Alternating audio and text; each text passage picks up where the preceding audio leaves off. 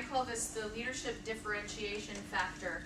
I have a book that's coming out this fall called The Influencing Option, and one of the things that I write about in the book and I talk to leaders about is this thing that started to emerge over and over and over as I was working with leaders, and there were these things that were coming up that were common themes.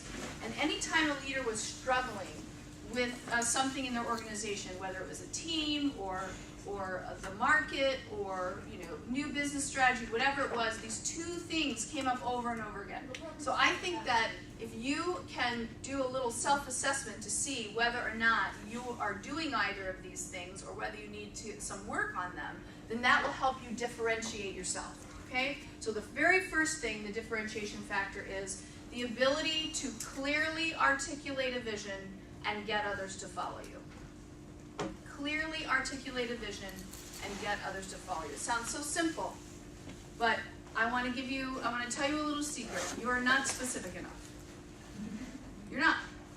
Nobody I meet is specific enough unless they really put a lot of thought into this.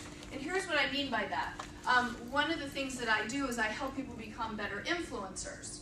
And sometimes they are influencing from a position of power, in other words, like they're the CEO or the president or the manager, and sometimes they're not. Sometimes they're trying to influence their peers, or trying to influence up, or they're trying to influence people that don't even work in their organization, right? And a lot of times what we do is we don't ask for what we want, we ask for what we don't want. And what I mean by that is, if you think about just a very simple example, how many of you have children? Okay, so you say to a small child, don't slam the door. What generally happens? They slam the door. The brain doesn't see don't. The brain sees slam the door. So a lot of times when we are trying to influence people and trying to get them to do something or to do something differently, we actually ask for what we don't want rather than what we do want. So clearly, being able to clearly articulate your vision, clearly articulate what you want, where are we going, what does it look like, is really important. Actually, a really wonderful, one of my favorite clients, and I actually met her at a chamber event. I went to work with her company, and it was really interesting. She called me up, she said, well, some things are going on in my organization, and I don't know exactly what you do, but I kind of like to talk to you. Which to me suggested that when we had connected, somehow she had thought, well, this is a person of interest, I want to follow up, right? And so the first thing I did was I went and visited her and visited her organization. Their sales were down 1/8. They had always been a successful, profitable business, and this was pre-2008, so it wasn't that, but their sales were down 1/8, and so she was really concerned. And so I met with the group, and we talked about what had happened, and there were all kinds of things going on. She said, well, I think we need sales training, and I was kind of like, why do you think we need sales training? We talked more about it. Well, it turns out she had fired her sales manager who had been there for 9 years. There was a lot of interpersonal strife going on in the organization, and I said to her, with her 3 sales executives sitting around the table, so what's the trust factor like around here right now? Nobody said anything, right? And so indeed, not only was there damaged trust and a lot of things that weren't going well there, but nobody knew what she wanted. And because she had owned that business for 18 years and just made the assumption, well, they know they've been working here for a long time. She wasn't specific. She didn't talk about where she wanted to go next. She didn't help people understand how to be excellent. So that's one thing that differentiates leaders who struggle from leaders who are successful. Like Captain Jack story.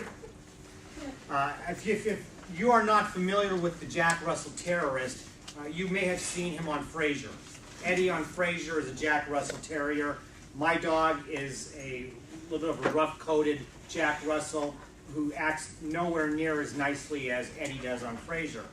But I do work from home. I work downstairs in my office, and both dogs will generally stay down there, sleep while I work, and then we go home by going upstairs.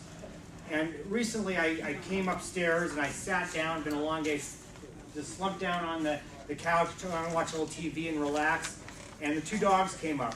All of a sudden, I heard this thump, and across the vinyl kitchen floor and the hardwood floor came Captain Jack's bowl.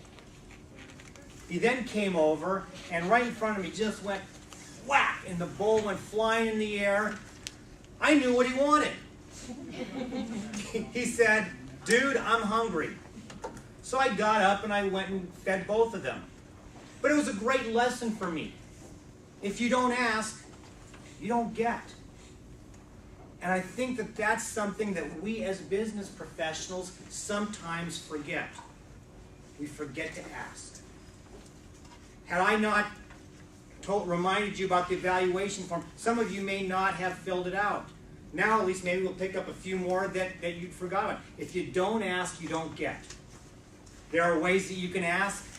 There are some subtle ways, and there are some not so subtle. But regardless, you need to ask for referrals. You need to ask for testimonials. You need to ask for the business.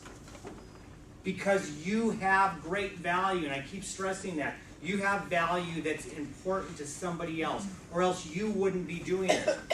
You have wholeheartedness and passion in what you do, or else you wouldn't be doing it. You need to toot your own horn in that way, shamelessly promote, or else those people who most need it will never know about you. And that would be a shame for them and for you. So my bonus is, if you don't ask, you don't get. And I noticed Libby didn't write that down yet.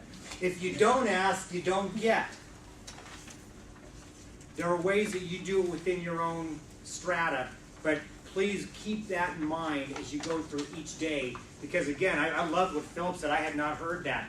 You need to be doing things that are one step away from business. And you have to be asking for that business.